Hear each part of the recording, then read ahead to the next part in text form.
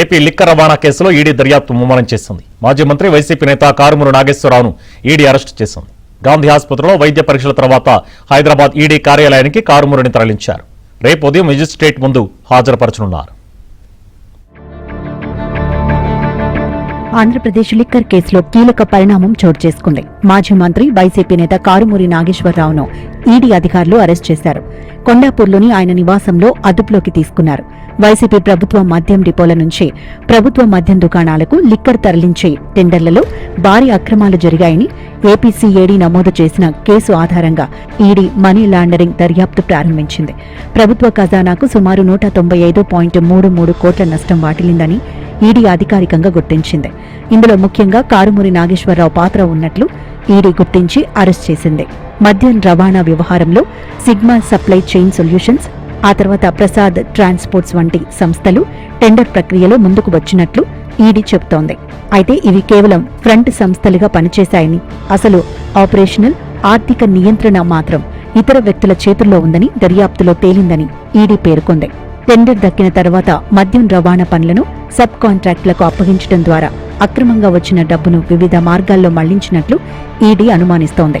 ఇదే క్రమంలో కారుమూరి నాగేశ్వరరావు తన రాజకీయ పలుకుబడిని ఉపయోగించి సుదర్శన కన్స్ట్రక్షన్ను సబ్ కాంట్రాక్టర్గా తీసుకురావడంలో సహకరించారని ఈడీ ఆరోపించింది.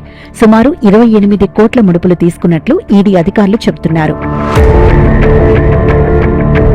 కాంట్రాక్ట్ ద్వారా వచ్చిన మొత్తాన్ని నేరుగా ఒకే ఖాతాలో ఉంచకుండా వివిధ సంస్థలు, సబ్ కాంట్రాక్టర్లు, వ్యక్తుల మధ్య మళ్లించినట్లు దర్యాప్తులో గుర్తించామని ఈడీ గుర్తించింది. దీంతో అసలు లబ్ధిదారులు ఎవరు, ఎవరి ఆదేశాలతో డబ్బులు మళ్లాయి, ఆ డబ్బు చివరకు ఎక్కడికి చేరింది అనే కోణంలో దర్యాప్తు కొనసాగుతోంది. ఈడీ దర్యాప్తులో బయటపడిన మరో కీలక అంశం డబ్బుల పంపిణీ విధానం.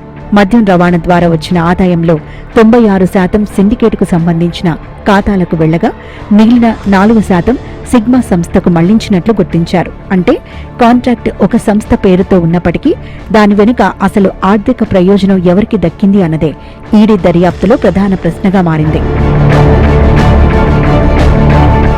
ఈ కేసులో భాగంగా జూన్ 11న హైదరాబాద్లోని మాజీ మంత్రి కారుమూరి నాగేశ్వరరావు, ఆయన కుమారుడు సునీల్ కుమార్కు చెందిన నివాసాల్లో ఈడీ సోదాలు నిర్వహించింది.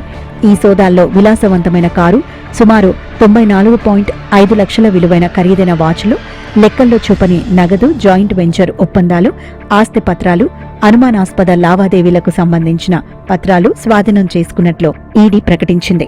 ఈ కేసులో కారుమూరి నాగేశ్వరరావు కుమారుడు సునీల్ కుమార్ను ఈడీ అరెస్ట్ చేయగా ప్రస్తుతం జైల్లో ఉన్నారు.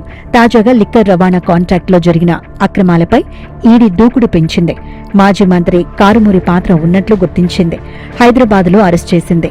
ఈ కేసులో టెండర్ ప్రక్రియను ప్రభావితం చేయడం, సుదర్శన్ కన్స్ట్రక్షన్ ను సబ్ కాంట్రాక్టర్ గా తీసుకురావడం, నిధుల మళ్లింపులో కారుమూరి నాగేశ్వరరావు పాత్ర ఉందన్న ఈడీ వాదనలను కోర్టు ఆర్డర్లో నమోదు చేసింది. అయితే ఈడీ దర్యాప్తులో ముందు మరెవరి పేర్లు బయటకు వస్తాయి, డబ్బు చివరికి ఎక్కడికి చేరింది, మనీ లాండరింగ్ నెట్వర్క్ లో ఇంకెవరి పాత్ర ఉందనే దానిపై ఈడీ దర్యాప్తు కొనసాగుతోంది.